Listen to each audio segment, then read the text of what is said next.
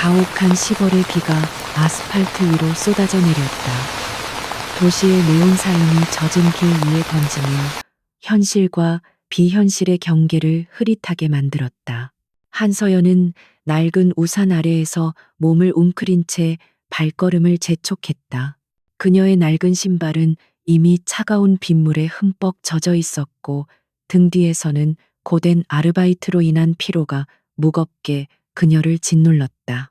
하지만 그녀의 마음은 오직 하나, 늦은 시간까지 자신을 기다리고 있을 어린 아들에게 향해 있었다. 허름한 골목길에 위치한 작은 어린이집에 도착했을 때 문틈으로 새어나오는 희미한 불빛이 그녀를 맞았다. 원장 선생님은 걱정스러운 얼굴로 그녀를 기다리고 있었다. 서연은 연신 고개를 숙여 사과하며 아들 민준의 작은 손을 잡았다. 5살 배기 민준은 엄마를 보자마자 환하게 웃으며 품에 안겼다. 그 따뜻한 온기만이 서연이 이 고단한 세상을 버텨낼 수 있는 유일한 이유였다. 두 사람은 하나의 우산을 나눠 쓴 채 집으로 향했다. 비바람은 더욱 거세졌고 낡은 우산은 위태롭게 흔들렸다. 그때 민준이 손에 들고 있던 작은 자동차 장난감을 놓쳤다. 장난감은 빗물에 휩쓸려 차도 쪽으로 굴러갔고 민준은 반사적으로 그 뒤를 쫓아 한 발짝 내디뎠다. 민준아 안 돼. 서연의 비명이 찢어지는 듯한 타이어 마찰음과 뒤섞였다. 눈부신 헤드라이트 불빛이 두 사람을 덮쳤고 검은색의 거대한 세단이 코앞에서 멈춰섰다. 서연은 심장이 멎는 것 같은 충격에 휩싸여 민준을 품에 끌어안았다. 아이는 다치지 않았지만 놀라서 울음을 터뜨렸다. 그녀는 쿵쾅거리는 가슴을 진정시키며 차를 향해 고개를 들었다. 운전석 문이 열리고 한 남자가 내렸다.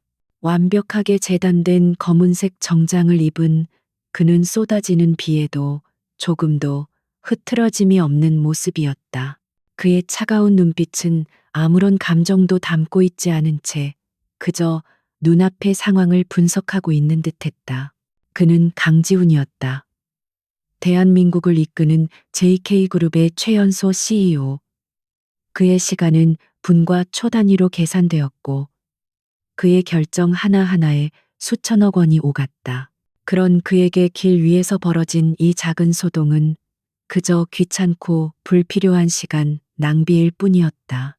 그는 넘어진 아이나 겁에 질린 여자에게 괜찮냐고 묻는 대신 그저 자신의 비싼 차 범퍼에 흠집이 생기지 않았는지부터 확인했다. 그의 냉정함은 비보다 더 차갑게 서연의 마음에 파고들었다. 서연은 아이를 다독이며 필사적으로 고개를 숙였다. 죄송합니다. 정말 죄송합니다. 아이를 제대로 보지 못한 제 잘못입니다. 그녀의 목소리는 빗소리에 섞여 가늘게 떨렸다. 그녀는 이 값비싼 차의 수리비를 감당할 능력이 없었다. 상상만으로도 눈앞이 캄캄해졌다. 그러나 지우는 그녀의 사과에 아무런 반응도 보이지 않았다. 그는 그저 서연의 낡은 옷과 겁에 질린 얼굴, 그리고 아이를 보호하려는 그녀의 본능적인 몸짓을 무심하게 훑어볼 뿐이었다. 잠시 침묵이 흘렀다. 지우는 품에서 지갑을 꺼내더니 자신의 명함이 아닌 변호사의 명함을 한 장 꺼내 그녀에게 건넸다. 그의 목소리는 낮고 차가웠다. 내일 이쪽으로 연락하지. 보상 문제는 그때 얘기하도록. 그는 더 이상 아무 말도 없이 차에 올라탔고 검은색 세단은 빗속으로 소리 없이 사라졌다. 서연은 차가 떠난 자리를 망연자실하게 바라보며 손에 쥔 작은 명함과 품에 안긴 아들의 울음소리 사이에서 길을 잃은 듯 한참을 서 있었다. 다음 날 서연은 밤새 한숨도 자지 못했다. 수리비에 대한 걱정과 두려움이 그녀를 짓눌렀다. 그녀는 수십 번을 망설인 끝에 명함에 적힌 번호로 전화를 걸었다. 전화를 받은 것은 감정이 느껴지지 않는 사무적인 목소리의 비서였다. 그는 서연에게 JK그룹 본사 근처에 있는 한 법무법인 사무실의 주소를 알려주며 오후에 방문하라고 통보했다. 서연은 떨리는 마음을 안고 약속 장소로 향했다. 그녀의 초라한 행색은 화려한 로비를 지나가는 내내 사람들의 힐끔거리는 시선을 받아야 했다. 지정된 사무실로 들어가자 최 변호사라고 자신을 소개한 중년의 남자가 그녀를 맞았다. 그는 정중했지만 그의 눈빛 역시 강지훈처럼 모든 것을 꿰뚫어 보는 듯했다. 서연은 자동차 수리비에 대한 이야기를 꺼내려 했지만 최 변호사는 그녀의 말을 막았다. 그는 예상치 못한 이야기를 꺼냈다. 한서연 씨 강지훈 대표님께서 당신에게 제안할 것이 있다고 합니다. 어젯밤 사고에 대한 보상 문제가 아닙니다. 전혀 다른 차원의 이야기입니다. 서연은 혼란스러운 표정으로 그를 바라보았다. 최 변호사는 책상 위에 놓인 두꺼운 서류 봉투를 그녀 앞으로 밀었다. 이것은 계약서입니다. 그의 목소리는 차분했지만 그가 내뱉는 단어 하나하나는 천둥처럼 서연의 뇌리를 강타했다. 강지훈 대표님은 당신과 3개월간의 결혼 계약을 원하십니다. 법적으로 완벽한 부부가 되는 겁니다. 물론 서류상으로만 말이죠. 계약 기간 동안 당신은 강 대표님의 아내 역할을 충실히 이행해야 합니다. 서연은 자신의 귀를 의심했다. 이것은 분명 잔인한 농담이거나 자신을 모욕하기 위한 새로운 방법일 거라고 생각했다. 결혼이라니요. 제가 왜 그런 말도 안 되는 그녀의 목소리는 분노와 당혹감으로 떨렸다. 최 변호사는 그녀의 반응을 예상했다는 듯 계약서의 첫 페이지를 펼쳐 보였다. 거기에는 계약금과 3개월 후 성공적으로 계약이 만료되었을 때 지급될 금액이 적혀 있었다. 그 숫자는 서연이 평생 일해도 만져볼 수 없는 비현실적인 액수였다. 최 변호사는 차분하게 설명을 이어갔다. 강 대표님의 할아버님, 즉 JK그룹의 창업주이신 강 회장님께서 위독하십니다. 평생의 소원이 손자가 안정적인 가정을 꾸리는 것을 보는 것이지요. 강 대표님은 회장님을 안심시켜 드리기 위해 이 계약을 진행하려는 것입니다. 당신이 선택된 이유는 어젯밤 당신의 모습 때문입니다. 돈을 요구하지 않고 먼저 사과하며 아이를 필사적으로 보호하는 모습에서 강 대표님은 당신이 이 계약에 가장 적합한 사람이라고 판단했습니다. 돈에 휘둘리지 않고 계약 내용을 충실히 이행할 사람이라고 말입니다. 서연은 머릿속이 하얗게 비는 것을 느꼈다. 이 모든 상황이 너무나 비현실적이었다. 그녀의 가난, 그녀의 절박함, 그리고 그녀의 아들이 이 거대한 계획의 일부가 되었다. 그녀는 모욕감에 당장이라도 자리를 박차고 일어나고 싶었다. 하지만 동시에 계약서에 적힌 액수가 눈앞에서 아른거렸다. 그 돈이면 민준이의 만성적인 기관지염을 최고의 병원에서 치료해 줄 수 있었다. 더 이상 비가 새는 곰팡이 핀 지하 단칸방이 아닌 따뜻하고 햇볕이 잘 드는 집에서 아이를 키울 수 있었다.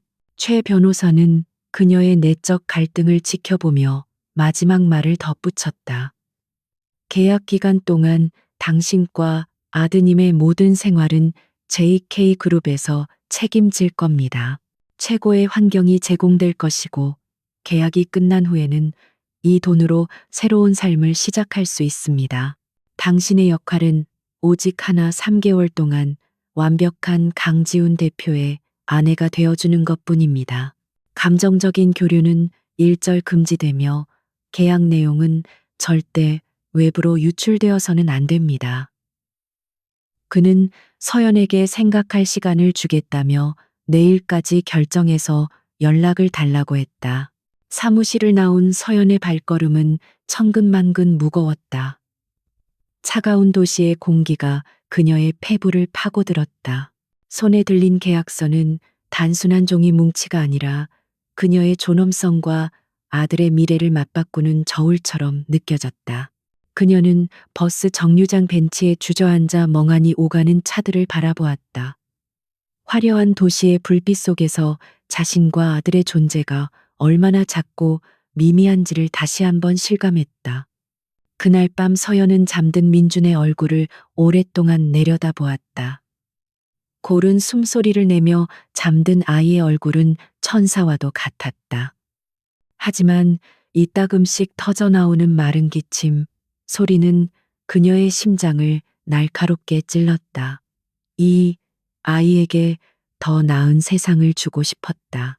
굳은 비를 맞지 않게 하고 먹고 싶은 것을 마음껏 사주고 아플 때 최고의 치료를 받게 해주고 싶었다. 엄마로서의 간절한 소망이 그녀의 자존심과 두려움을 서서히 잠식하기 시작했다. 결국 그녀는 결정을 내렸다. 자신의 3개월을 팔아서라도 아들에게 미래를 사주기로. 그것이 어미 된 자의 숙명이라고 스스로를 위로했다. 다음 날 아침 그녀는 떨리는 손으로 최 변호사에게 전화를 걸었다. 그녀의 목소리는 작았지만 단호했다. 계약 받아들이겠습니다. 전화기 너머로 들려오는 짧은 대답은 그녀의 인생이 이제 돌이킬 수 없는 강을 건넜음을 알리는 신호탄과도 같았다. 그렇게 한서연은 자신의 삶을 건거대한 도박에 발을 들여놓았다. 다음 날 한서연은 약속된 법무법인 사무실에 다시 한번 들어섰다. 어제와 같은 공간이었지만 공기의 무게는 확연히 달랐다. 거대한 마호가니 테이블의 상석에 강지훈이 앉아 있었다. 그는 서류를 검토하고 있었고 그녀가 들어서는 순간 짧게 고개를 들었을 뿐. 그의 시선에서는 어떤 감정도 읽을 수 없었다. 마치 값비싼 가구를 쳐다보는 듯한 무심하고 냉정한 눈빛이었다. 서연은 마주 보고 앉으라는 최 변호사의 손짓에 따라 조심스럽게 의자를 당겨 앉았다. 그녀는 밤새 고민하고 또 고민했다. 이것은 자신의 존엄성을 파는 행위였지만 동시에 아들을 위한 유일한 구원의 동아줄이기도 했다. 그녀는 민준의 미래를 위해 스스로를 제물로 바치기로 결심했고 그 결심은 그녀의 눈빛에 희미하지만 단단한 빛을 더해주었다. 최 변호사는 계약서의 주요 조항들을 다시 한번 낭독하기 시작했다. 제1조갑 한서영과 을 강지훈은 본 계약서에 서명한 날로부터 3개월간 법적인 부부 관계를 유지한다. 그의 목소리는 사무실 안을 건조하게 울렸다. 제3조갑은 대외적으로 특히 을의 가족 앞에서 을과 애정어린 관계를 유지하는 것처럼 행동할 의무를 진다. 제7조 본 계약의 내용은 천재지변에 준하는 상황을 제외하고는 절대 외부에 유출할 수 없으며 위반 시 모든 계약금은 환수되고 10배의 위약금을 청구한다. 조항 하나하나가 쇠사슬처럼 그녀의 목을 감아오는 듯했다.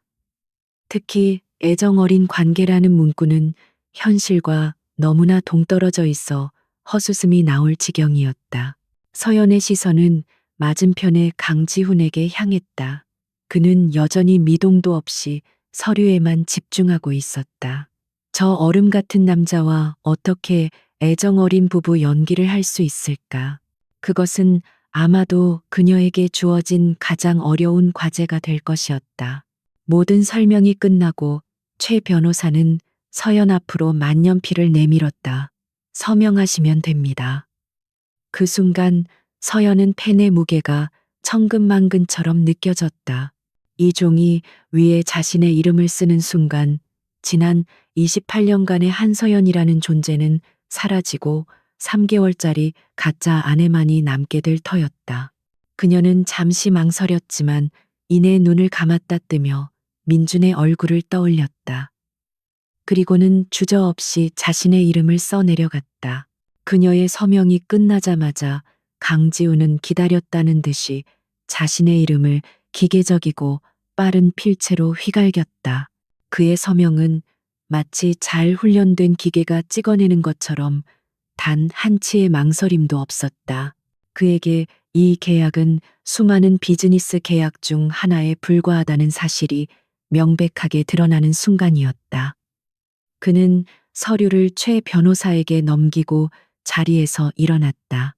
그리고 처음으로 서연을 똑바로 보며 입을 열었다. 내 운전기사가 당신을 데려다 줄 거다. 그의 목소리는 여전히 차가웠고 어떠한 감정의 동요도 없었다. 집에 가면 가사 관리인과 스타일리스트가 기다리고 있을 테니 그들의 지시에 따라 새로운 역할에 필요한 준비를 하도록. 최대한 빨리 적응하는 게 좋을 거다. 질문 있나? 그의 말은 질문의 형식을 띠고 있었지만 실제로는 어떤 질문도 허용하지 않겠다는 통보에 가까웠다. 서연은 그저 고개를 가로젓는 것 외에는 할 수 있는 일이 없었다. 법무법인을 나온 서연과 민주는 검은색 세단에 올라탔다. 차가 출발하자 익숙했던 낡고 비좁은 골목길의 풍경이 빠르게 뒤로 사라졌다. 민주는 처음 타보는 고급스러운 차에 신이 나서 창밖을 구경했지만 서연의 마음은 무겁게 가라앉았다. 화려한 강남의 빌딩 숲이 시야에 들어올수록 그녀는 마치 자신과 상관없는 다른 세계로 팔려가는 듯한 기분을 떨칠 수 없었다. 차는 서울의 스카이라인이 한눈에 내려다 보이는 초고층 주상복합 건물의 지하 주차장으로 들어섰다. 전용 엘리베이터를 타고 올라가자 문이 열리며 거대한 공간이 눈앞에 펼쳐졌다. 강지훈의 펜트하우스였다. 통유리창 너머로 서울의 전경이 그림처럼 펼쳐져 있었고 내부는 온통 흰색과 검은색으로 꾸며져 있어 마치 잘 꾸며진 미술관 같았다. 하지만 그곳에는 사람 사는 온기라고는 전혀 느껴지지 않는 차가운 정적만이 감돌았다. 그들을 맞이한 것은 50대 중반으로 보이는 가사 관리인 오 여사와 유명 스타일리스트였다. 오 여사는 정중하게 허리를 숙였지만 그녀의 눈빛은 서연을 위아래로 훑으며 날카롭게 분석하고 있었다. 사모님 오시는 길 힘드셨겠습니다. 저는 이 집의 살림을 책임지고 있는 오 여사라고 합니다. 그녀는 서연을 사모님이라고 불렀지만 그 호칭에는 어떠한 존중의 감정도 실려 있지 않았다. 곧바로 서연의 개조 작업이 시작되었다. 스타일리스트는 그녀의 몸 치수를 재고 피부톤과 얼굴형을 분석하며 마치 물건을 다루듯 평가했다. 골격은 좋으시네요. 조금만 다듬으면 JK그룹의 안주인 역할에 어울리는 이미지를 만들 수 있겠어요. 그녀의 말은 칭찬처럼 들렸지만 서연에게는 깊은 모멸감으로 다가왔다. 그녀가 입고 있던 낡은 옷들은 모두 버려졌고 그 자리에는 값비싼 명품 옷들이 채워졌다. 민주는 낯선 환경과 사람들이 무서운지 서연의 곁을 떠나지 않으려 했다. 오 여사는 민준을 위해 최고급 장난감으로 가득 찬 방을 준비해 두었지만 아이는 장난감보다 엄마의 품을 더 원했다. 서연은 아들을 안아주며 괜찮다고 속삭였지만 정작 그녀 자신은 조금도 괜찮지 않았다. 그녀는 거울에 비친 자신의 모습을 보았다. 값비싼 옷을 입고 전문가의 손길로 완벽하게 화장을 한 모습은 분명 아름다웠지만 그것은 진짜 한서연이 아니었다. 그날 저녁 강지호는 집에 돌아오지 않았다. 넓고 텅 빈 집에는 서연과 민준 그리고 그림자처럼 움직이는 오 여사뿐이었다. 서연은 민준을 새롭고 커다란 방에 재웠다. 침대에 누운 민준이 천진난만한 목소리로 물었다. 엄마, 우리 여행 온 거야. 우리 집에는 언제가? 아이의 순수한 질문이 비수처럼 서연의 가슴에 꽂혔다. 그녀는 차마 이제 여기가 우리 집이야 라고 말할 수 없었다. 아이를 재운 후 서연은 거실에 거대한 통유리창 앞에 섰다. 발 아래로 펼쳐진 서울의 야경은 보석처럼 반짝이며 비현실적으로 아름다웠다. 그녀는 낮에 받은 계약금 입금 확인증을 손에 꽉 쥐었다. 종이의 차가운 감촉이 유리창의 냉기처럼 그녀의 손끝에 전해졌다. 상상도 못할 부와 호사 속에 둘러싸여 있었지만 그녀는 생전 처음으로 뼛속까지 시린 외로움과 고립감을 느꼈다. 과연 자신은 올바른 선택을 한 것일까? 대답 없는 질문만이 텅 빈 공간을 맴돌았다. 강지훈의 펜트하우스에서 생활한 지 일주일이 지났다. 한서연은 숨막히는 호화로움 속에서 점차 자신을 지워나가는 법을 배우고 있었다. 그녀의 모든 것은 전문가들에 의해 JK그룹의 안주인이라는 역할에 맞게 재단되었다. 값비싼 옷과 보석이 그녀의 몸을 감쌌고 복잡한 식사 예절과 상류층의 화법이 그녀의 머릿속을 채웠다. 하지만 그 어떤 것도 그녀의 마음속 공허함을 채워주지는 못했다. 그러던 어느 날 저녁 외출에서 돌아온 강지훈이 거실에 서 있는 그녀에게 다가왔다. 그는 여전히 무감정한 표정이었지만 그의 말에는 거스를 수 없는 명령의 무게가 실려 있었다. 오늘 저녁 7시 본가에서 식사가 있다. 준비하도록. 그것은 통보였고 그녀에게 주어진 첫 번째 공식적인 임무였다. 그는 그녀에게 가족들의 이름과 관계, 그리고 특징이 간략하게 적힌 파일을 건넸다. 마치 중요한 비즈니스 미팅을 앞둔 부하 직원에게 자료를 넘겨주는 듯한 태도였다. 차가운 종이 위에 나열된 이름들을 보며 서연은 깊은 한숨을 내쉬었다.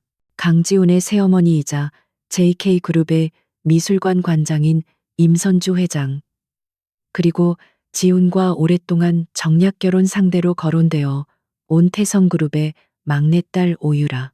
파일에는 두 사람에 대해 주의 요망이라는 붉은색 글씨가 적혀 있었다. 서연은 보이지 않는 전쟁터로 끌려가는 병사의 심정이 되었다. 약속된 시간이 되자 완벽하게 꾸며진 서연과 민준, 그리고 강지훈은 함께 본가로 향하는 차에 올랐다. 숨막히는 침묵이 차 안을 가득 메웠다. 지훈은 창밖을 보며 무언가 깊은 생각에 잠겨 있었고 서연은 불안하게 손가락만 만지작거렸다. 오직 민준만이 새로 입은 작은 정장이 신기한 듯 자신의 옷을 매만지며 천진난만한 표정을 짓고 있었다. 차가 본가 저택의 거대한 철문 안으로 들어서기 직전 지훈이 처음으로 입을 열었다. 할아버지는 눈치가 빠르신 분이다. 사소한 실수도 하지 않도록. 그의 목소리에는 경고의 의미가 담겨 있었다. 강씨 일가의 본가는 지훈의 펜트하우스와는 전혀 다른 분위기를 자아냈다. 현대적인 세련미 대신 오랜 세월의 무게가 느껴지는 고풍스럽고 위압적인 공간이었다. 집 안 곳곳에 놓인 고가의 미술품과 가구들은 마치 이곳의 주인들이 얼마나 대단한 사람들인지를 과시하는 듯했다. 거실에 들어서자 두 명의 여자가 기다렸다는 듯이 그들을 맞았다. 우아하지만 날카로운 인상의 임선주 회장과 화려한 미모를 자랑하는 오유라였다. 어머, 드디어 새 식구를 보게 되네. 반가워요. 서연 씨라고 했죠. 임 회장은 부드럽게 웃으며 말했지만 그녀의 눈은 서연의 머리부터 발끝까지를 훑으며 값을 매기는 듯한 시선이었다. 오유라는 아예 서연을 투명인간 취급하며 지훈의 팔에 자연스럽게 팔짱을 꼈다. 지훈 씨, 요즘 너무 바쁜 거 아니에요? 이렇게 갑자기 결혼 발표를 해버리면 제가 얼마나 서운하겠어요. 그녀의 목소리에는 원망과 함께 서연을 향한 명백한 적이가 담겨 있었다. 서연은 숨막히는 기싸움 속에서 어떻게 반응해야 할지 몰라 굳어버렸다. 그때 휠체어를 탄 한 노인이 비서의 도움을 받으며 거실로 들어왔다. JK그룹의 살아있는 신화 강건호 회장이었다. 그의 등장과 함께 거실의 공기가 순식간에 바뀌었다. 임 회장과 오유라는 언제 그랬냐는 듯이 상냥한 표정으로 그를 맞았다. 하지만 강 회장의 날카로운 눈은 그들의 가식을 꿰뚫어 보는 듯 곧장 서연과 그녀의 손을 잡고 있는 민준에게로 향했다. 네가 지훈이의 아내가 될 아이냐? 강 회장의 목소리는 병색이 완연했지만 그 안에 담긴 카리스마는 여전했다. 서연은 긴장된 마음으로 고개를 숙였다. 처음 뵙겠습니다. 회장님, 한서연이라고 합니다. 그녀는 준비했던 완벽한 대사 대신 진심을 담아 간결하게 인사했다. 강 회장은 잠시 그녀를 말없이 바라보더니 민준에게로 시선을 돌렸다. 이 아이가 내 증손주가 되겠구나. 이름이 무엇이냐? 어른들의 팽팽한 신경전 속에서도 민준은 조금도 주눅들지 않았다. 아이는 서연의 손을 놓고 강 회장의 휠체어 앞으로 다가갔다. 그리고는 똘망똘망한 눈으로 그를 올려다보며 대답했다. 강민준이에요. 할아버지, 휠체어 멋있어요. 바퀴가 반짝반짝해요. 아이의 순수한 한마디에 강 회장의 무표정했던 얼굴에 처음으로 희미한 미소가 번졌다. 그는 평생을 계산과 암투 속에서 살아왔다. 민준의 꾸밈 없는 모습은 그의 메마른 마음에 작은 파문을 일으켰다. 식사가 시작되자 테이블은 보이지 않는 전쟁터로 변했다. 임 회장과 오유라는 교묘하게 말을 섞어가며 서연의 배경을 캐물었다. 서연 씨는 어느 집안 따님이에요? 부모님은 어떤 일을 하시는지 궁금하네. 대학은 어디 나왔어요? 지훈 씨 곁에 있으려면 아는 게 많아야 할 텐데. 그들의 질문은 모두 서연이 대답할 수 없는 그녀의 아픈 곳을 찌르는 가시와도 같았다. 서연은 얼굴이 화끈거렸지만 강 회장의 따뜻한 시선을 느끼며 마음을 다잡았다. 그녀는 솔직하지만 당당하게 대답했다. 저는 평범한 가정에서 자랐고 부모님은 일찍 돌아가셨습니다. 대학은 마치지 못했지만 항상 열심히 살아왔다고 자부합니다. 그녀의 대답에 임 회장과 오유라의 입가에 경멸적인 미소가 스쳐 지나갔다. 하지만 강 회장은 오히려 만족스러운 듯 고개를 끄덕였다. 이 모든 광경을 지켜보던 강지훈의 마음속에도 미세한 변화가 일고 있었다. 그는 서연이 이 독설과 위선이 가득한 자리에서 무너지거나 실수를 할 것이라고 예상했다. 하지만 그녀는 예상외로 침착하고 당당하게 자신을 지켜내고 있었다. 무엇보다도 민준과 함께 있을 때 진심으로 웃는 할아버지의 모습은 그가 최근 몇 년간 보지 못했던 광경이었다. 그의 계획이 성공적으로 진행되고 있다는 안도감과 함께 무언가 설명할 수 없는 감정이 그의 얼어붙은 마음에 작은 균열을 만들고 있었다. 식사가 끝나고 강 회장은 서연과 민준을 잠시 자신의 서재로 불렀다. 그는 서연에게 따뜻한 격려의 말을 건네고 민준에게는 오래된 나무 장난감을 선물로 주었다. 서재를 나오며 그는 지훈의 어깨를 두드리며 말했다. 잘한 선택이다, 지훈아. 돈이나 배경보다 사람이 먼저라는 걸 잊지 말거라. 그 말은 지훈에게는 칭찬이었지만 멀리서 그들을 지켜보던 임 회장에게는 패배를 의미하는 선언과도 같았다. 펜트하우스로 돌아오는 차 안침묵은 여전했지만 그 결은 미묘하게 달라져 있었다.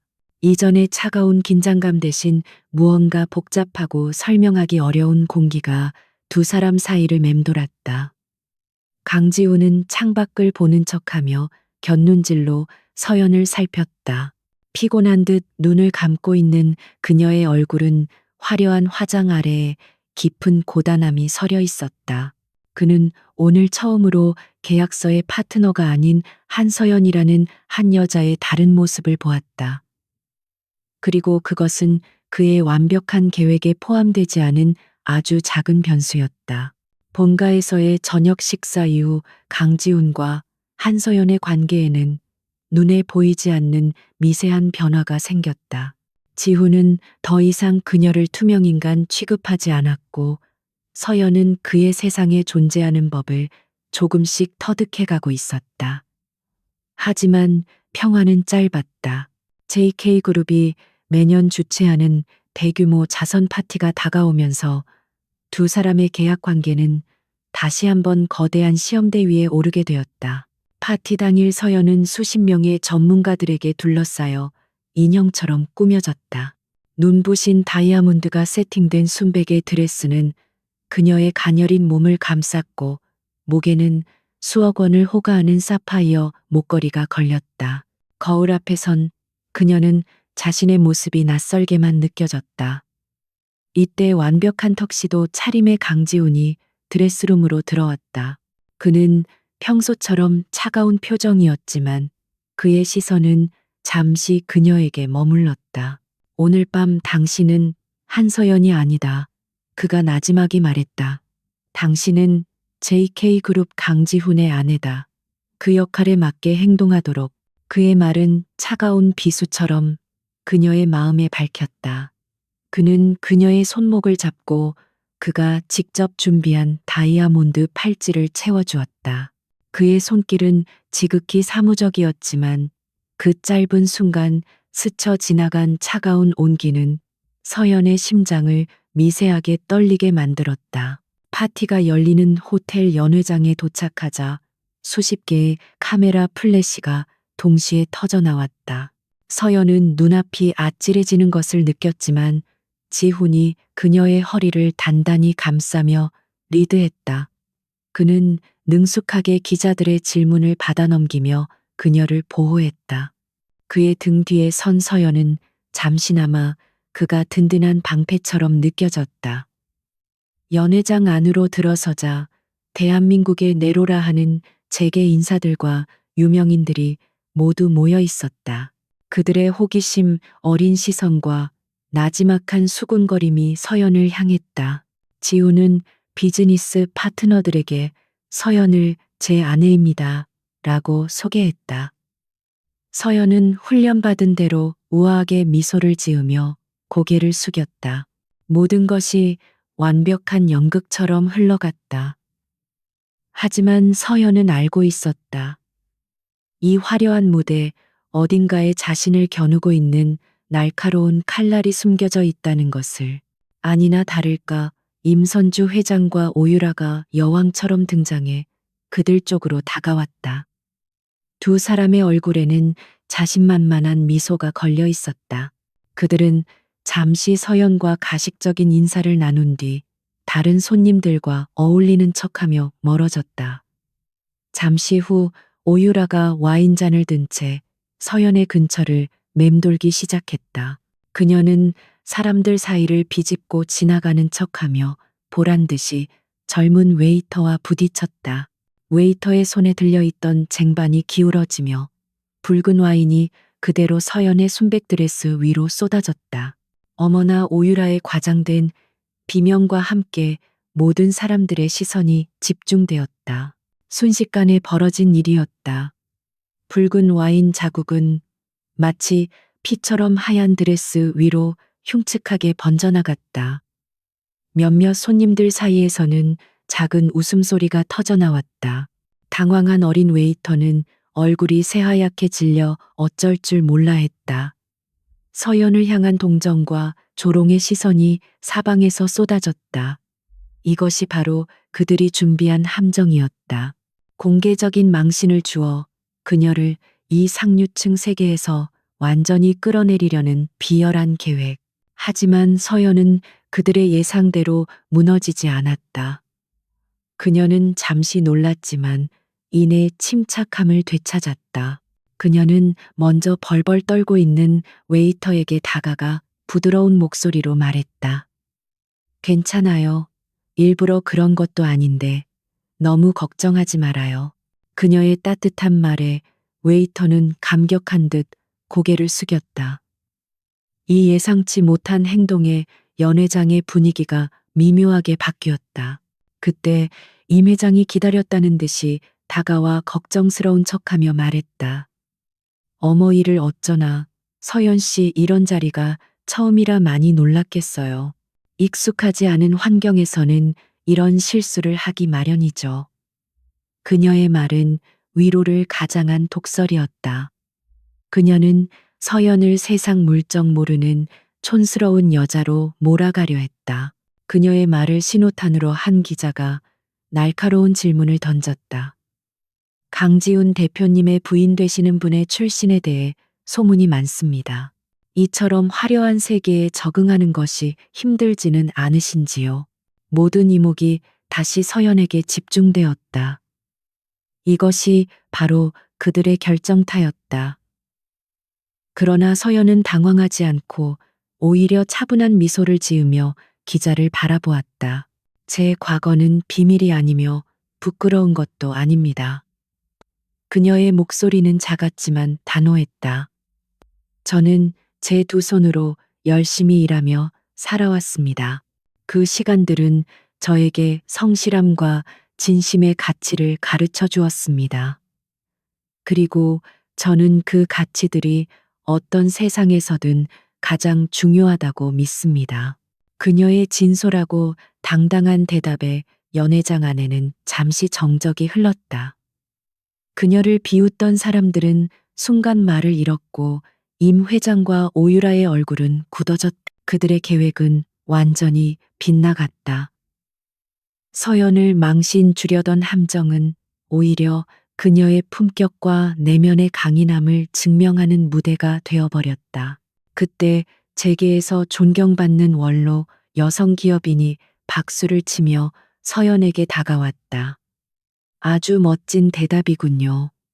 젊은 부인, 요즘 젊은이들에게서 보기 드문 기품과 강단이 느껴져요. 이 한마디는 상황을 완전히 반전시켰다. 사람들의 시선은 경멸에서 감탄으로 바뀌었다. 강지훈은 이 모든 상황을 조금 떨어진 곳에서 묵묵히 지켜보고 있었다. 그는 만약의 사태에 대비해 몇 가지 시나리오를 준비해 두었지만 서연이 스스로의 힘으로 이 위기를 벗어날 것이라고는 전혀 예상하지 못했다. 그는 계약을 위해 고용한 배우가 아닌 놀라운 지혜와 용기를 가진 한 여자를 보고 있었다. 그의 마음속에서 처음으로 감탄이라는 감정이 싹 텄다. 파티가 끝나갈 무렵 지훈은 발코니에서 혼자 바람을 쐬고 있는 서연에게 다가갔다. 그는 칭찬에 인색한 사람이었기에 별다른 말을 하지 않았다.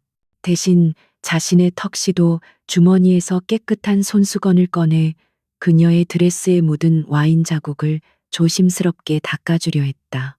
그의 갑작스러운 행동에 서연이 놀라자 그는 무심한 척 손을 거두며 말했다. 생각보다 잘 해냈군. 그 한마디는 그가 할 수 있는 최고의 찬사였다. 두 사람 사이에는 어색하지만 이전과는 분명히 다른 기류가 흘렀다. 지우는 이제 그녀를 단순히 계약의 상대방으로만 볼 수 없게 되었다. 자선 파티의 소동이 지나간 후 거대한 펜트하우스의 공기는 미묘하게 변했다. 강지우는 여전히 아침 일찍 집을 나서고 밤늦게 돌아왔지만 그의 시선은 이제 더 이상 한서연을 비어있는 공간처럼 취급하지 않았다.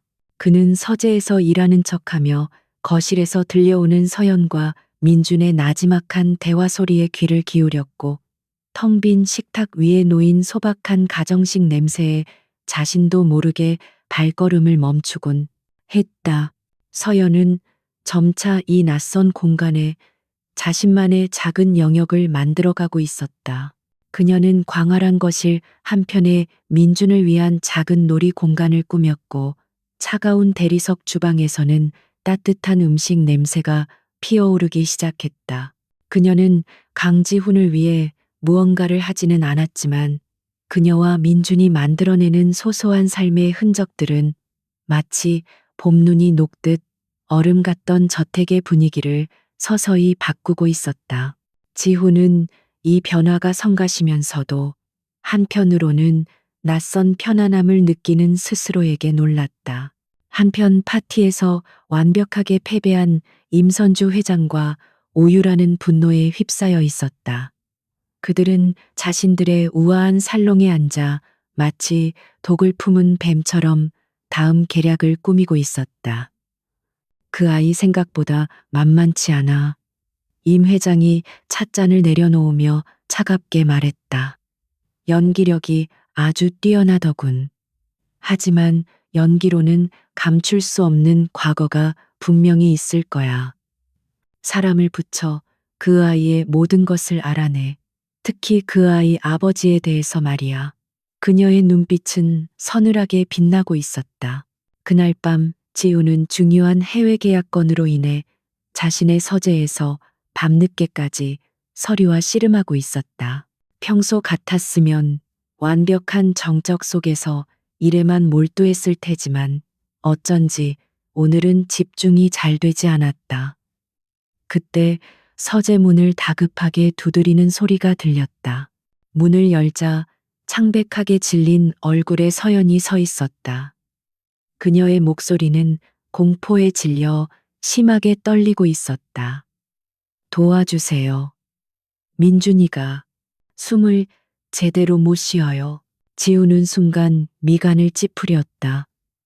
하지만 아이의 방에서 들려오는 거친 기침 소리와 서연의 눈에 가득한 절박함을 본 순간 그의 이성은 본능의 자리를 내주었다.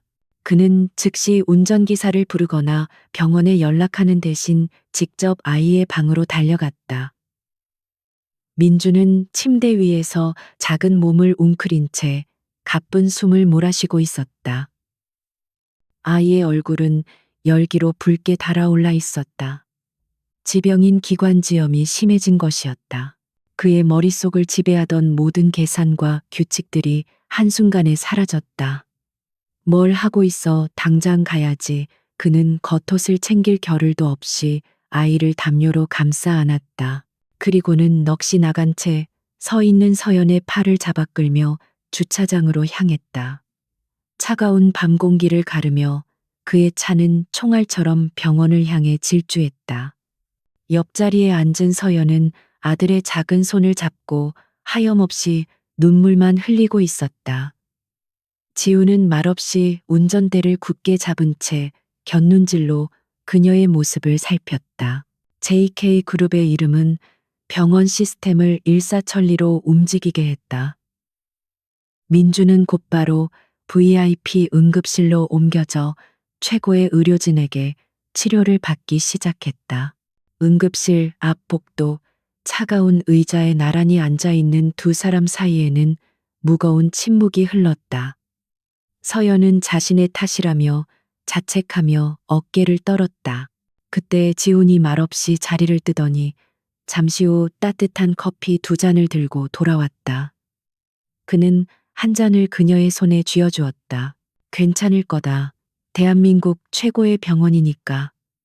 그의 목소리는 여전히 무뚝뚝했지만 그 안에는 서연을 안심시키려는 서투른 배려가 담겨 있었다. 서연은 김이 모락모락 피어오르는 커피잔을 내려다보았다. 이 남자가 자신에게 이런 행동을 할 것이라고는 상상도 해본 적이 없었다. 그녀는 작은 목소리로 민준의 건강에 대해 이야기하기 시작했다. 아이가 얼마나 자주 아팠는지, 그럴 때마다 자신의 마음이 얼마나 무너져 내렸는지에 대해 지우는 그저 묵묵히 그녀의 이야기를 들어주었다. 그는 타인의 약한 소리를 듣는 것을 극도로 싫어하는 사람이었지만 이상하게도 그녀의 이야기는 귀에 거슬리지 않았다.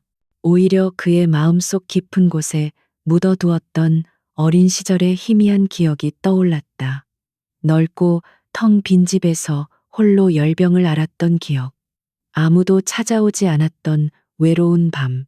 그는 자신도 모르게 입을 열었다. 어렸을 때 나도 자주 아팠다. 그 한마디는 그가 타인에게 보여준 최초의 약한 모습이었다. 두 사람은 밤새 그 자리를 지켰다. 계약으로 맺어진 가짜 부부가 아닌 그저 아픈 아이를 걱정하는 두 명의 보호자로서. 동이 트기 시작할 무렵 의사가 피곤한 얼굴로 걸어 나왔다. 고비는 넘겼습니다. 아이는 이제 안정되었습니다. 그 말에 서연은 참았던 눈물을 터뜨리며 주저앉았다. 안도감과 탈진이 한꺼번에 몰려왔다.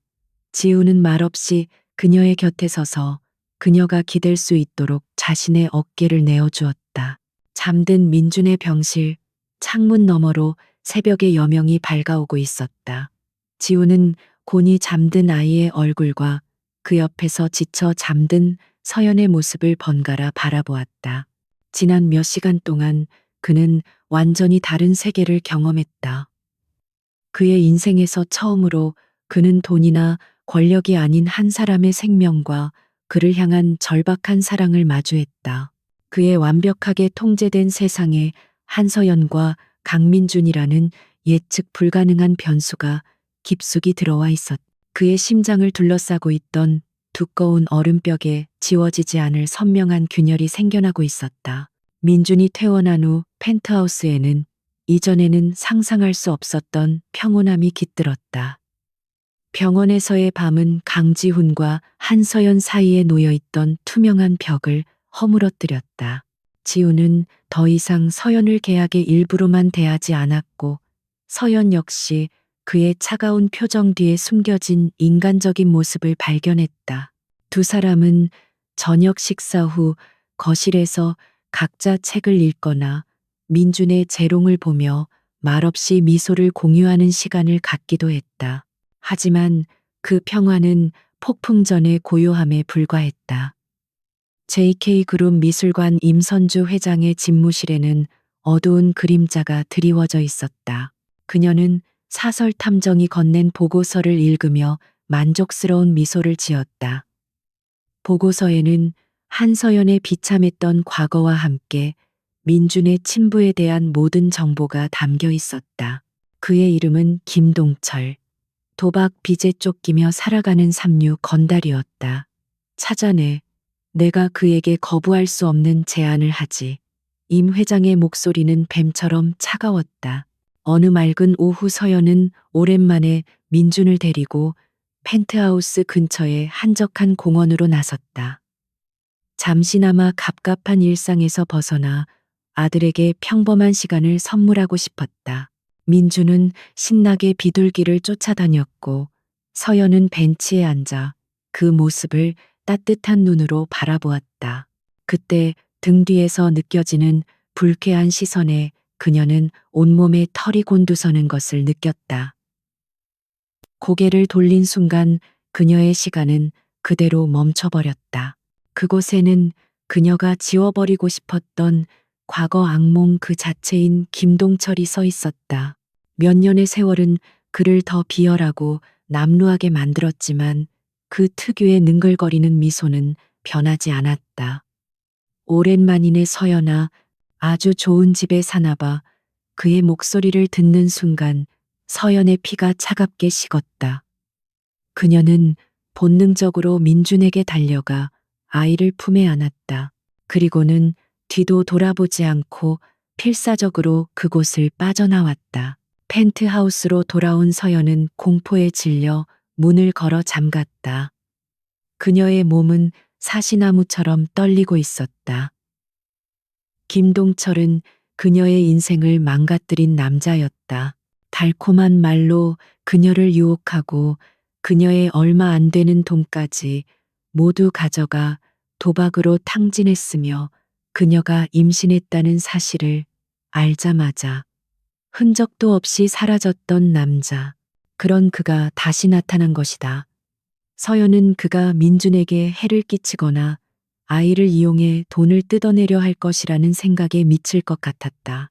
그날 저녁 집으로 돌아온 지우는 단번에 집안의 분위기가 달라졌음을 감지했다.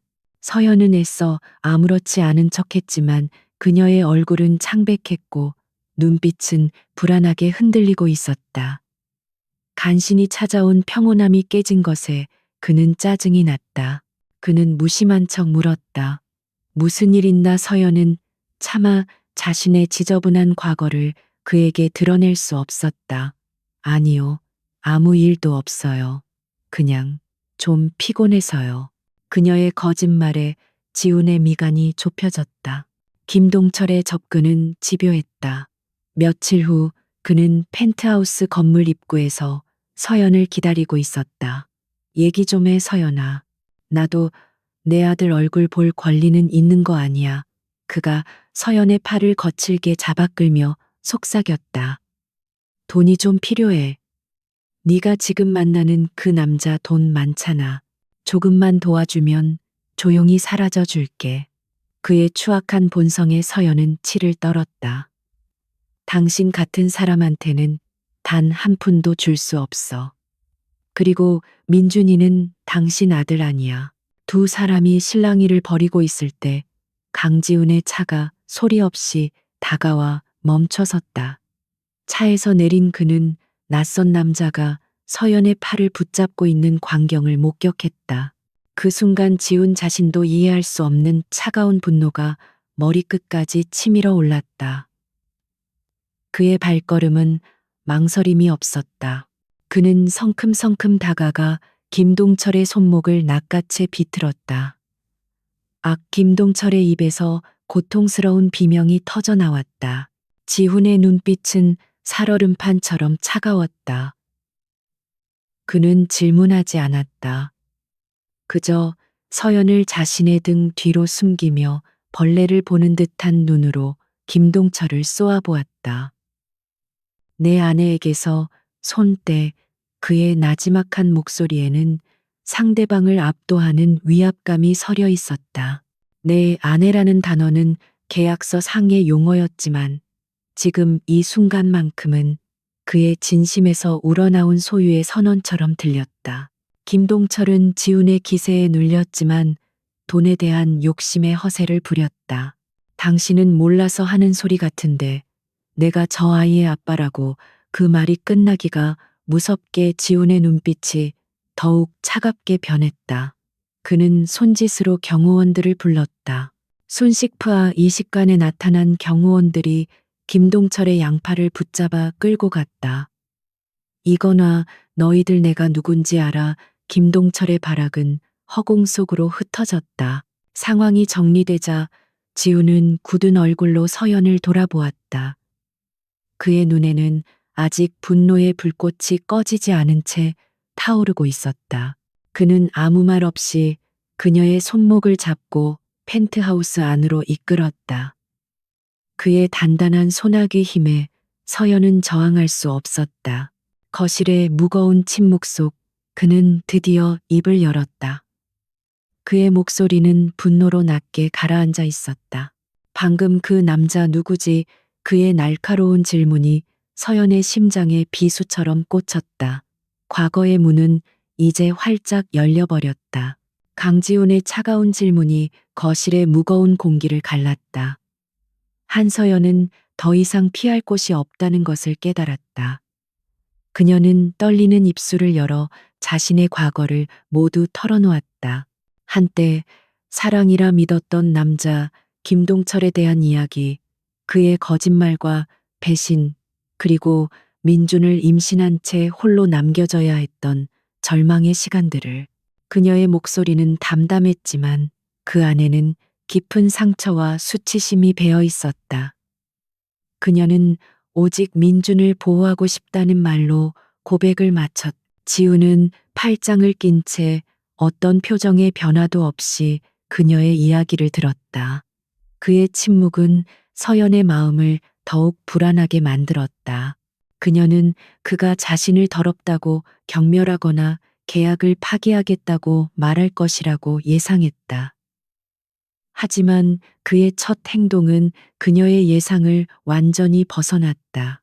그는 휴대폰을 들어 비서에게 전화를 걸었다. 그의 목소리는 얼음처럼 차갑고 단호했다. 김 실장 김동철이라는 남자에 대해 알아봐.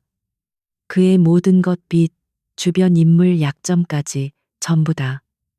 그리고 다시는 내 가족 근처에 100m 이내로 접근하지 못하도록 처리해. 그는 내 가족이라는 단어에 힘을 주어 말했다. 그는 서연을 비난하지 않았다.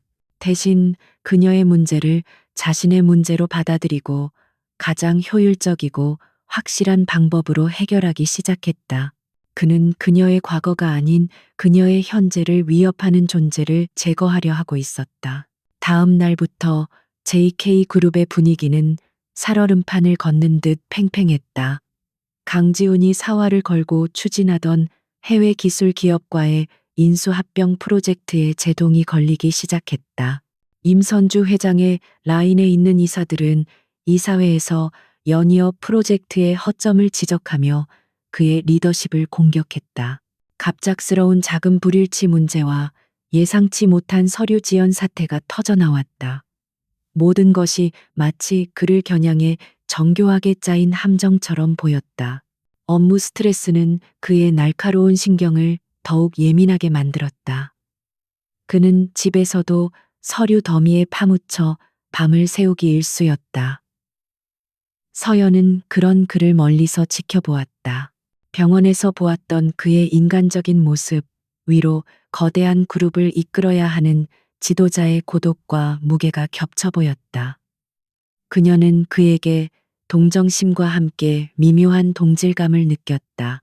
각자의 방식으로 그들은 모두 보이지 않는 전쟁을 치르고 있었다. 어느 늦은 밤 서연은 잠든 민준을 확인하고 나오다가 서재에 불이 켜져 있는 것을 발견했다. 조심스럽게 안을 들여다보니 강지훈이 책상 위 서류 더미에 기댄 채 잠들어 있었다. 그의 얼굴에는 깊은 피로의 그림자가 드리워져 있었다. 서연은 잠시 망설이다가 조용히 들어가 소파에 있던 담요를 그의 어깨에 덮어주었다. 그녀의 시선이 책상 위에 흩어져 있는 복잡한 서류들 위로 향했다. 그녀는 재무제표나 투자 분석 보고서 같은 어려운 내용은 이해할 수 없었다. 하지만 한쪽 구석에 놓인 자회사 물품 대금 청구서 묶음에서 이상한 점을 발견했다. 빠듯한 살림을 꾸리며 영수증 날짜 하나까지 꼼꼼히 확인하던 습관이 발동한 것이다. 몇몇 청구서의 발행 날짜가 프로젝트가 공식적으로 승인되기도 전의 날짜로 되어 있었다. 그것은 사소했지만 명백한 모순이었다. 서연은 자신이 그의 일에 관여해도 되는지 망설였다. 하지만 그의 지친 얼굴을 보니 모른 척할 수가 없었다. 그녀는 작은 메모지를 꺼내 날짜가 이상한 청구서들을 가리키며 조심스럽게 한 문장을 적었다. 이 날짜가 맞는 건가요? 그녀는 그 메모지를 서류 더미 맨 위에 올려놓고 조용히 서재를 빠져나왔다. 그것은 그녀가 할 수 있는 최소한의 그리고 최선의 표현이었다. 다음 날 새벽잠에서 깬 지훈은 어깨에 덮인 담요와 자신의 서투른 수면 자세에 짜증을 내며 몸을 일으켰다. 그때 그의 눈에 들어온 것은 서류 더미 위에 작은 메모지였다. 그는 처음에는 그것을 무시하려 했다. 그녀가 자신의 일에 대해 무엇을 알겠는가. 하지만 무언가에 이끌린 듯 그는 메모지가 가리키는 청구서를 집어들었다. 그리고 그녀가 표시해둔 날짜를 확인하는 순간 그의 눈빛이 날카롭게 변했다. 그는 즉시 공식 프로젝트 승인 서류와 날짜를 대조했다. 서연이 지적한 대로 날짜는 불가능한 시점을 가리키고 있었다. 이것은 단순한 실수가 아니었다. 누군가가 프로젝트가 시작되기도 전에 유령 거래를 만들어 자금을 빼돌리거나 혹은 프로젝트 자체를 실패로 이끌기 위한 함정을 파놓았다는 명백한 증거였다. 그동안 안개 속에 가려져 있던 적의 실체가 드러나는 순간이었다. 지훈은 서연의 작은 메모가 붙어 있는 청구서를 손에 든 채 자리에서 일어났다. 그는 서연과 민준이 잠들어 있을 방문을 향해 시선을 돌렸다. 자신의 가족 문제를 해결하기 위해 임시방편으로 들인 여자. 자신의 지저분한 과거 때문에 계약의 리스크가 될 것이라고 생각했던 그 여자가 이제는 그의 가장 치열한 전쟁터에서 누구도 예상치 못한 방패가 되어 주었다. 그는 그녀가 더 이상 골칫거리가 아닌 예상 밖의 변수이자 강력한 아군이 될 수도 있다는 사실을 깨달았다. 그의 눈에 새로운 계산과 함께 차가운 빛이 번뜩였다. 이제 반격을 시작할 때였다.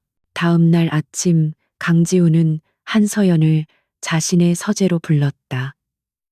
이전의 차가운 공간은 이제 두 사람의 비밀스러운 작전실처럼 느껴졌다. 그는 그녀가 메모를 남겼던 서류를 테이블 위에 올려놓았다. 어떻게 알았지? 그의 질문에는 더 이상 의심이나 경계가 아닌 순수한 호기심이 담겨 있었다. 서연은 그저 가계부를 쓰던 습관 때문에 날짜에 민감했을 뿐이라고 솔직하게 대답했다. 지우는 잠시 생각에 잠기더니 결심한 듯 입을 열었다. 그는 그녀에게 현재 자신이 처한 상황에 대해 설명하기 시작했다. 임선주 회장의 세력이 인수합병 프로젝트를 어떻게 방해하고 있는지, 그리고 그 배후에 숨겨진 권력 다툼에 대해서. 그것은 JK그룹의 가장 깊숙한 비밀이었고, 그는 한 번도 타인에게 자신의 약점을 드러낸 적이 없었다. 하지만 지금 그는 한서연이라는 변수를 자신의 계획 안으로 끌어들이고 있었다. 그날 이후 두 사람 사이에는 새로운 형태의 동맹 관계가 형성되었다. 지훈이 복잡한 기업 전쟁의 전략을 짜면 서연은 그의 가장 가까운 곳에서 그를 지켜보며 제3자의 시선으로 허점을 짚어주었다. 그녀는 재무나 경영에 대해서는 문외한이었지만 사람의 미묘한 감정이나 관계의 흐름을 읽는 데에는 뛰어난 직감을 가지고 있었다. 그녀의 단순한 질문들은 때로 복잡한 문제의 본질을 꿰뚫어 지훈에게 새로운 해결의 실마리를 제공해 주었다. 지훈은 기업 내부의 적을 찾기 위해 비밀리에 조사를 진행했다. 서연이 발견한 유령 청구서는 결정적인 단서가 되어 배후의 인물들을 향한 수사망을 좁혀가고 있었다. 임선주 회장은 지훈의 반격이 예상보다 빠르고 날카롭게 진행되자 위기감을 느꼈다. 그녀는 기업 전쟁에서 승산이 없다고 판단하고 마지막 남은 가장 비열한 카드를 꺼내들기로 결심했다. 바로 한서연의 과거를 이용해 재기불능의 스캔들을 터뜨리는 것이었다. 며칠 후 JK그룹 본사 로비는 아수라장이 되었다. 임 회장의 사주를 받은 김동철이 수십 명의 기자들 앞에서 난동을 부리고 있었다. 강지훈 대표 나와 내 아들을 돌려줘.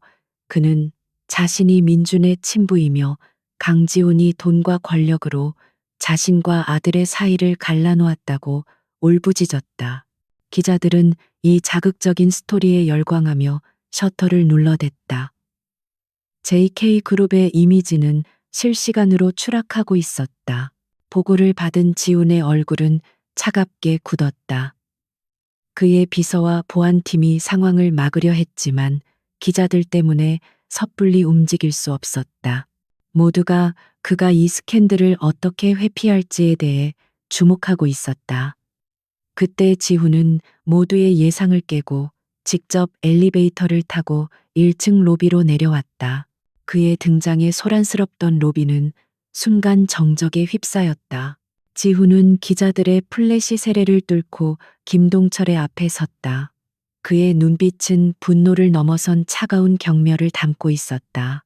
기자들이 벌떼처럼 달려들어 질문을 쏟아냈다. 대표님, 저 남자의 주장이 사실입니까? 부인 되시는 분의 과거에 대해 알고 계셨습니까? 지훈은 그들의 질문에 일절 대답하지 않았다. 그는 오직 김동철을 향해 나지막하지만 힘있는 목소리로 말했다. 당신이 도박빚으로 얼마를 졌는지, 어떤 사람들을 등쳐왔는지 내가 공개해 줄까. 그의 말에 김동철의 얼굴이 하얗게 질렸다. 지우는 그에게서 시선을 거두고 로비에 있는 모든 카메라를 향해 돌아섰다. 이제 그의 동무대였다. 이 남자는 제 아내와 오래전에 끝난 사이입니다. 제 아내에게 그리고 제 아들 민준이에게 그는 아무것도 아닌 존재입니다. 그의 목소리는 로비 전체에 선명하게 울려 퍼졌다. 그리고 그는 누구도 예상치 못한 가장 강력한 한마디를 내뱉었다. 민준이를 낳아준 사람은 제 아내지만 아이에게 아버지가 되어줄 사람은 바로 나 강지훈입니다.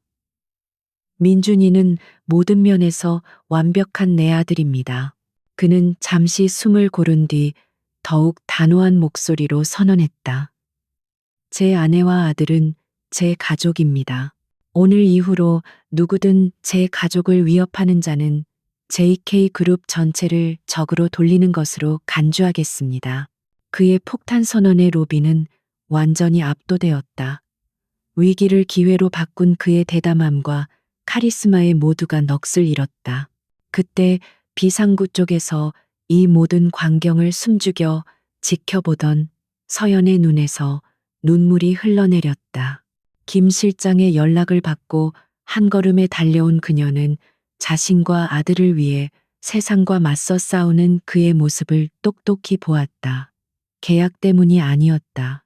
그의 눈빛과 목소리에는 그녀를 지키려는 진심이 담겨 있었다.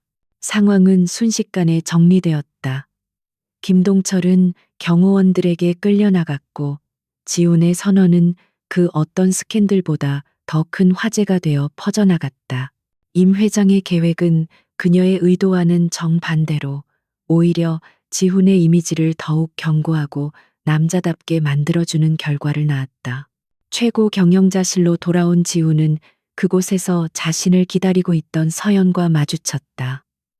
두 사람은 아무 말도 하지 않았지만 그들의 눈빛은 수만 가지의 감정을 나누고 있었다.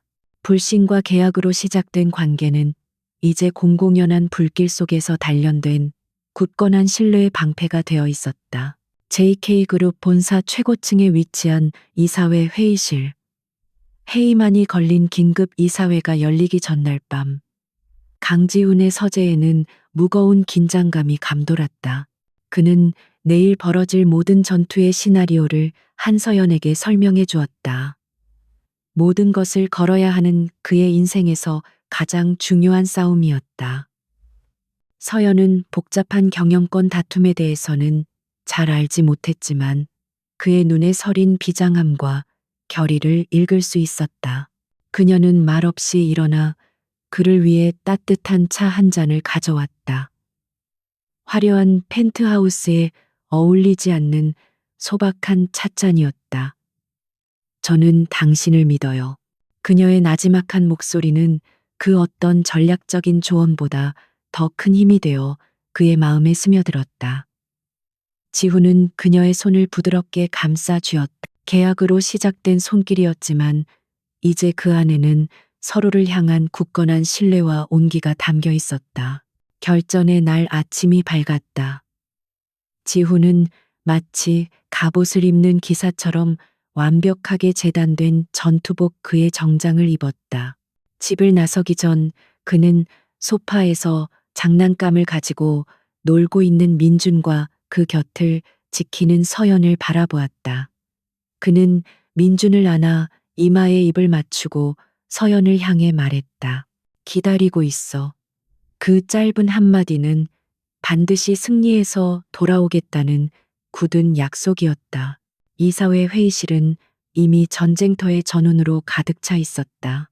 임선주 회장과 그녀의 세력은 승리를 확신하는 듯 여유로운 미소를 짓고 있었고 지훈의 편에 선 소수의 이사들은 굳은 표정으로 침묵을 지켰다. 회의가 시작되자마자 임 회장은 기다렸다는 듯이 강지훈 대표의 해임안을 상정했다. 그녀는 인수합병 프로젝트의 실패와 재무상의 문제, 그리고 최근의 사생활 스캔들을 거론하며 그의 경영 능력과 도덕성에 문제가 있다고 맹렬히 공격했다. 그녀의 날카로운 공격이 끝나고 모든 이사들의 시선이 지훈에게로 향했다. 하지만 그는 조금도 동요하지 않았다. 그는 자리에서 일어나 침착한 목소리로 입을 열었다. 임선주 회장님의 말씀이 맞습니다. 우리 프로젝트에는 심각한 부패와 비리가 있었습니다. 그리고 오늘 저는 그 책임자가 누구인지 이 자리에서 명명백백히 밝히고자 합니다. 그의 예상 밖의 발언에 회의장은 술렁이기 시작했다. 김 실장이 회의실에 대형 스크린에 파일을 띄웠다. 첫 화면에 등장한 것은 서연이 발견했던 날짜가 조작된 유령 청구서였다. 그것을 시작으로 지훈은 임 회장과 그녀의 측근들이 어떻게 회사의 자금을 빼돌려 비자금을 조성했는지, 경쟁사에 내부 정보를 팔아넘겼는지에 대한 증거들을 하나씩 공개하기 시작했다. 비밀 계좌의 거래 내역, 그들의 미래 장면이 담긴 사진, 그리고 결정적으로 내부 고발자의 증언이 담긴 녹취 파일까지. 상황은 순식간에 역전되었다. 임 회장과 그녀의 세력들은 얼굴이 새하얗게 질려갔다. 그들은 증거가 조작되었다고 발악했지만 지훈이 제시하는 증거들은 너무나도 명백하고 치밀했다. 중립을 지키던 이사들은 경악을 금치 못했고 그들의 눈빛은 분노로 바뀌어 임 회장에게 향했다. 그녀의 왕국은 그녀 자신의 탐욕에 의해 처참하게 무너져 내리고 있었다. 기업 전쟁에서의 완벽한 승리를 거둔 지훈은 마지막 남은 주제를 꺼냈다. 임 회장께서는 제 결혼 문제 또한 거론하셨습니다. 이 자리를 빌려 모든 것을 솔직하게 말씀드리겠습니다. 회의장은 다시 한번 숨막히는 정적에 휩싸였다. 그는 서연과의 관계가 계약으로 시작되었다는 사실을 모두에게 밝혔다. 할아버지를 안심시키고 불필요한 정략 결혼을 피하기 위한 어쩔 수 없는 선택이었다고. 임 회장은 이것이 마지막 반격의 기회라고 생각하며 회심의 미소를 지었다. 하지만 지훈의 다음 말은 모두의 허를 찔렀다. 그의 목소리에서는 기업 총수의 냉철함 대신 한 남자의 진심이 묻어나왔다. 분명 저희의 시작은 계약이었습니다. 하지만 지난 몇 달간 저는 한서연이라는 한 사람을 알아가게 되었습니다. 그녀는 제가 만나본 그 어떤 사람보다 강하고 현명하며 진실된 사람이었습니다. 그는 회의실에 있는 모든 사람들의 눈을 똑바로 쳐다보며 선언했다. 이제 그 계약서는 저에게 아무런 의미도 없는 종이 조각일 뿐입니다. 그녀와 제 아들 민준이를 향한 제 마음은 진짜입니다. 저는 제 남은 인생과 JK그룹을 이끌어갈 진정한 파트너로서 제 아내 한서연을 원합니다. 그의 충격적인 고백에 회의실은 잠시 동안 아무 소리도 들리지 않았다. 위기를 정면으로 돌파하고 자신의 모든 것을 걸어 사랑을 지키는 그의 모습에 이사들은 깊은 감명을 받았다. 이윽고 한 사람의 박수를 시작으로 회의실은 뜨거운 박수갈채로 가득 찼다. 임선주 회장은 모든 것을 잃은 채 잿더미가 된 자신의 욕망 위에서 망연자실하게 주저앉았다. 싸움은 끝났다. 지훈은 창밖으로 펼쳐진 도시를 내려다보았다. 그는 이제 더 이상 차가운 CEO가 아니었다. 그는 자신의 회사와 가족 그리고 사랑을 모두 지켜낸 진정한 승리자였다. 이 사회에서의 전쟁이 끝난 후 몇 주가 흘렀다. JK그룹은 새로운 국면을 맞이했다. 강지훈의 리더십 아래 빠르게 안정을 되찾았고 그의 단호하고 책임감 있는 모습은 오히려 주주들과 직원들에게 더 큰 신뢰를 안겨주었다. 임선주 회장을 비롯한 부패 세력은 모두 횡령 및 배임 혐의로 법의 심판을 받게 되었다. 거대한 폭풍이 휩쓸고 간 자리에 비로소 견고한 평화가 찾아왔다. 펜트하우스의 풍경 또한 완전히 달라져 있었다. 더 이상 그곳은 차가운 쇼룸이 아닌 따뜻한 온기가 감도는 진짜 집이 되어 있었다. 지우는 이제 불필요한 저녁 약속을 잡지 않고 곧장 집으로 돌아왔다. 그는 서툴지만 다정한 손길로 민준과 장난감 블록을 쌓았고 서연과는 나란히 소파에 앉아 그날 있었던 소소한 일상에 대해 이야기를 나누었다. 계약이라는 단어는 이제 누구의 입에서도 나오지 않았지만 그들의 관계를 처음 묶어주었던 그 종이의 유효기간은 바로 코앞으로 다가오고 있었다. 계약 만료일. 3개월이라는 시간의 마지막 날이 밝았다. 묘한 어색함이 아침 식탁 위에 내려앉았다. 서연은 애써 태연한 척했지만 심장은 불안하게 뛰고 있었다. 이제 모든 것이 끝났다. 자신은 약속된 보상금을 받고 아들의 손을 잡고 이 집을 떠나야 하는 것일까? 지우는 아침부터 무언가 깊은 생각에 잠겨 말이 없었고 서연은 그의 침묵을 이별의 준비라고 오해했다. 그날 오후 지우는 서연과 민준을 데리고 할아버지의 병실을 찾았다.